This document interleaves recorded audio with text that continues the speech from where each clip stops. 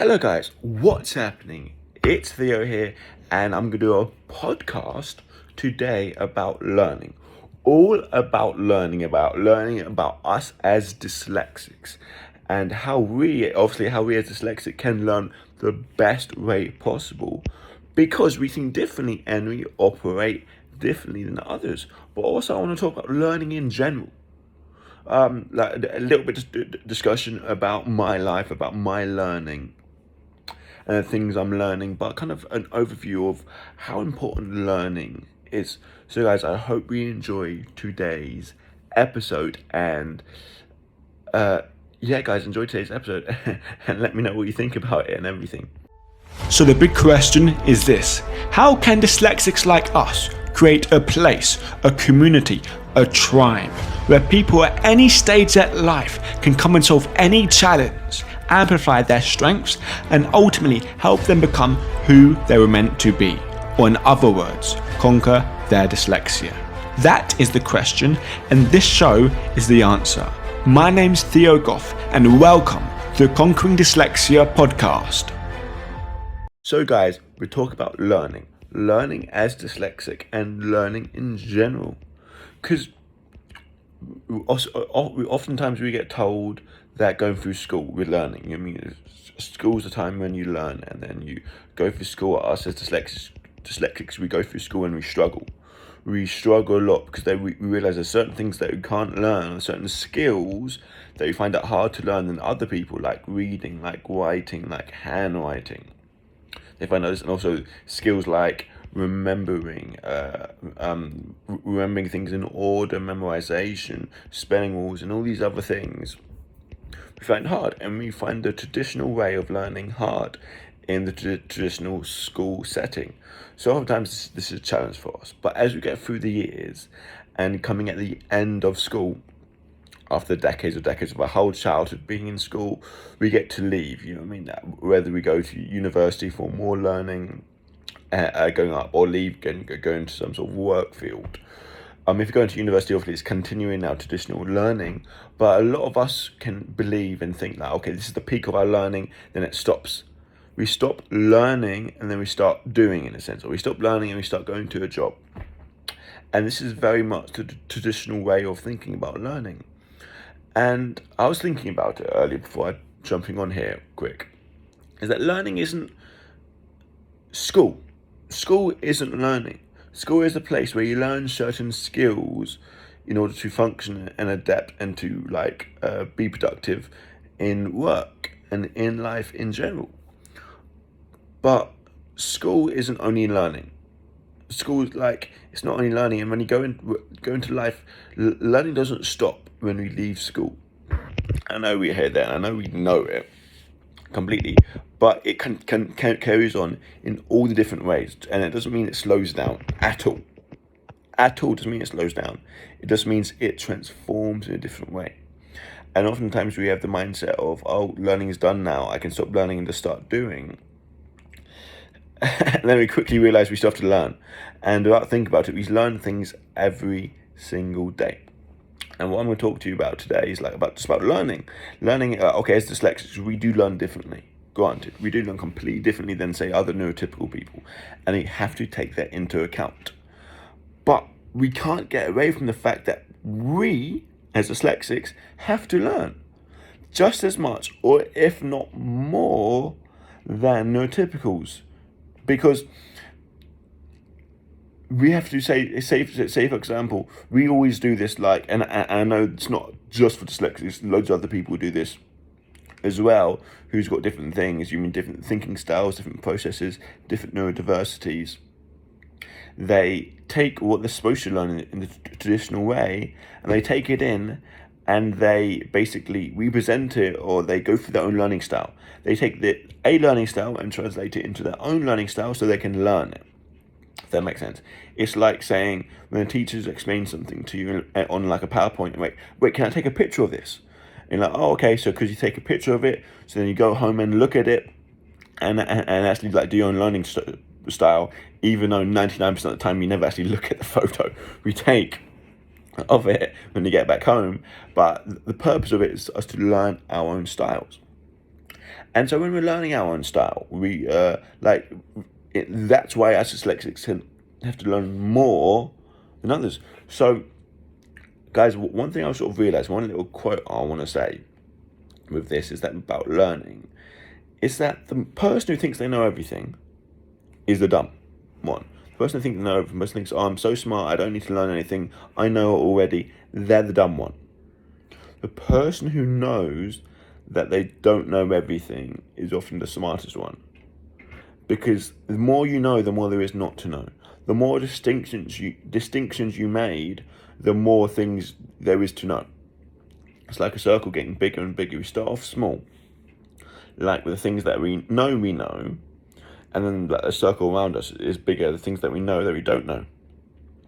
But then, in this vast reaches of the expanding universe, there's this black space that I'm unaware of how big it is, but we know it's like infinite big. That's what we don't know. Like, I know that, like, I don't know the distance from here, from the Earth to the Sun. Some people do. I can Google it and find out. But I know that I don't know that. But I don't know, this is a real example, but I don't know how far the sun is. Like, I don't know how far the sun is away from something that us as humanity hasn't discovered yet. So there's endless possibilities, endless distinctions that we don't know that we can make. But the person who's the smartest person in the room would say that they don't know a lot. They don't know everything because they know more of what they don't know than anyone else, if that makes sense, guys. So anyway, I wanted to make that quite an interesting distinction. So one of the reasons why I'm talking about this is that I've recently signed up for this Davis dyslexia training. I'm really excited about online training, quite expensive coursework to do, and I kind of negotiated with work around times. It's going to be a fun stretch, to say the least, and I can't wait for it. And I'm so excited. I haven't been this excited for something in ages. And one of the goals I've been obsessed about and thinking about loads is how to coach people. I want to work one-to-one with dyslexics. Obviously, here, interested, I'm going to set up some free calls in a minute. Just coaching on anything you need. And I think I will do that soon. I probably won't put a link at the end of this. I might do it once I get my coaching up, but that might be in a few days. So guys, it's something I really want to do, and I really want to, not just something, a little project I'm doing, something that I'll start doing and I won't stop all my life. I won't stop because I'll continue to learn new things and applying it in coaching and on myself. So I'm so excited for that. But it's the whole process of learning something, and there's a couple of distinctions I want to talk about. So as dyslexics, we learn differently, yes, and it's about figuring out how we learn differently. Like, I don't learn the same as everyone else. There's different ways I'm learning. I remember one thing I've done with learning, obviously I learned visually, I learned through making big connections and all of that kind of thing. But I don't learn just through reading text. It's hard. Like, I have to read something and visualize it and put it in all these different contexts and have that connected to everything else. It's like learning a piece of information. What I find really hard right now is at work, we've got these songs to sing. And oftentimes these are a cappella songs. They sing it over and over and over and over and over and over again to remember it. And then when you actually do in the class, you forget it a lot. Because at the moment I'm teaching, not in the English class anymore, I'm teaching kind of this company called My Gym. Anyway, great fun. I like it. So one thing I have is just going over and over again, because I remember when I was learning basically this test, when I recently realized about taking responsibility for my life, I was like, I can do it, I can do anything, and I was so excited for it. And I was going to learn this stuff, and I was going to start learning basically about personal training. And there's this theory course coming up, and there's 50 questions. You have to get above 75% of them. So you have to get above 45 questions right out of 50. So it's a lot. I think 47. I don't know. But anyway, I remember spending about 20 hours going through this couple hundred question, because learning through like reading is not the best way for me at all in any sense. But one thing I want to talk about it, because I remember I was doing it and then I passed it. One of the only other people in the class to pass it was me and these two other like really smart people, and everyone else easily could a lot better learning styles than me, and they could pass it, but they didn't because they didn't put in the work. But I feel like one of the reasons that I passed it, or one thing that I feel was really important for us as dyslexics to know, to notice, just to act upon, is that yes, like the learning out there, the information out there, we may not consume it in the right way. It may not be in the right consumption for us to enable to learn. It's like I remember really wanting to learn what's inside a book, like especially some dyslexic books. And I remember looking online, looking everywhere for the audio. And when there's no audio for this, I'd get so frustrated, and I'd have to buy the physical copy of the book, then spend painstaking hours and hours and hours reading. This is before I learned to read for this method. Talked about in other podcasts, but spent hours and hours learning to read because I knew this information in there was so valuable for me that I had to learn it some way and somehow. So one thing that I think is really important for us to realize is that just because the information out there that isn't in our learning style doesn't mean we can't go and learn it. We should go and learn it, but translate it into our own learning style, the best way and most efficient way possible.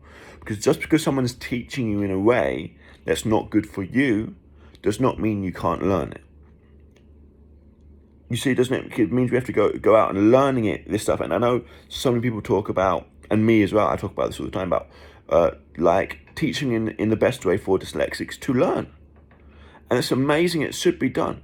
But us as dyslexics, if someone's not teaching the right way, doesn't mean that's their fault. We should stop trying to learn things. It's about working with the way they teach you and making it a way that will work for you by translating it, by moving it, by doing whatever, but having it work for you. Most important thing. And learning is such a vital part in life. If we don't learn things, then we can't learn new skills. If you can't learn new skills, never grow and adapt, and then if we stay in the same, we'll just like go down. So learning is such a key and important thing. And like one thing I think I said in the last podcast, in order for us to conquer our dyslexia, we got to realize something. Realize the world won't change for us. We must change for the world. We must adapt ourselves. We must move things around. We must be the ones to like be the higher man thing. Okay, you won't change. I'll find a way. I'll find a way of learning. I'll find a way of getting around this problem. Because one, that'll make you feel stronger and better about yourself. And number two, you'll learn it. You'll get through it and not saying, oh, I can't do this because of this person or because this isn't set up. Because there's a big conversation we have about conquering dyslexia. I'm talking a bit fast. What I'm really working on with this is talking down slower. So with dyslexia, there's two conversations we're having. There's one, the conversation about what the world can do to help dyslexics. Another one, there's two conversations that us dyslexics can do to cope with the world. When I'm talking on this podcast, it's about conquering dyslexia. 99.99999% of the time, I'm always talking to the dyslexic themselves. Two, not to find excuses on ways that we can like blame the world for not taking action, but ways that we can work with the world and working around it. Does that mean it's hard? Yes. Does that mean things are unfair? Yes. Does it mean this? Yes. Yes. But now what? But now we have to work on it. Now we have to try and work on improving ourselves, work on improving our dyslexia, work on these things, and like investing in courses for us to learn it. And also, I was thinking about talking about this. I'll talk about briefly about kind of how important it is to learn. Like, yes, you have dyslexia. Does this mean you need to learn every single inch about dyslexia? Of course not. Yes, you have dyslexic kids. Does this mean you have to learn every single inch from every different side about dyslexia? No, of course not. Learning is never ending. But there's different ways of learning. There's one traditional learning, which is obviously in the schools, but as well as that, that's through books, through seminars, through actually spending time on learning. There's learning through experiences. That's one way. So learning through experiences is another way. It's one of the best ways we can, learning through experiences. The more we can experience things, actually take lessons from it and learn from it, is so good. And one of the best reasons why experience is the best teacher, because of the saying, pain is the best teacher. We learn from experiences because it causes us pain, and we get through it and we learn through it.